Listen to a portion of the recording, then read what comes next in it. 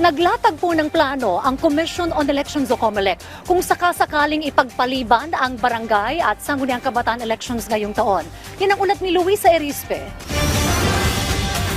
Handang tumalima ang Commission on Elections sakaling hindi matuloy ang barangay at SK elections ngayong taon. Ito'y makaraang banggitin ni Pangulong Ferdinand R. Marcos Jr. sa isang forum sa India na pipirmahan niya ang panukalang batas na magpapaliban sa halalan upang bigyang prioridad ang unang Bangsamoro parliamentary elections. Dahil kakatapos lang naman ang voter registration kung saan umabot sa 2.8 million ang nagparehistro, giit ng COMELEC, hindi sayang ang kanilang ipinila dahil mananatili pa rin naman silang botante. Lahat po na nagparehistro na more or less 2.8 million sa 10 araw mula August 1 to August 10 ay kung wala silang objection, opposition sa kanilang registration, sila ay registered voters na.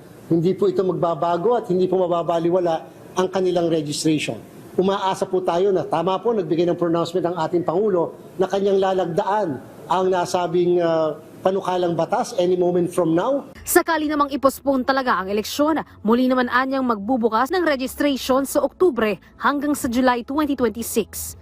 Kung sakali pong hindi kayo nakapagparehistro, pinalad, nagkaroon ng panahon o talagang kinapo sa oras nitong nakaraang August 1 to 10, bubuksan po muli natin ang ating registration ngayong third week ng October. Makatapos lang po kami sa Bangsamoro parliamentary elections. May mga na-procure na naman ang COMELEC na kakailanganin sa BSKE, pero kahit ipagpaliban, hindi masasayang ang pondo ng gobyerno dahil hindi pa nade-deliver ang mga binili nilang election paraphernalia. Sa ngayon, buo pa rin ang 17 billion na pondo.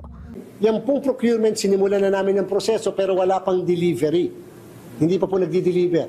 So wala pa po kaming technically nagagastos doon po sa ating pag-procure ng mga kagamitan. Intact po ang buong pondo. Plano namang humingi ng dagdag na 4 na bilyong pisong pondo ng COMELEC sa Kongreso. Muli kami manghihingi ng dagdag na budget. Hindi po namin naisama yan o hindi nakasama yan sa proposal ng budget para sa 2026. GAA. Wala po. Kasi siyempre, wala pa po kasing announcement at wala pa rin pong batas.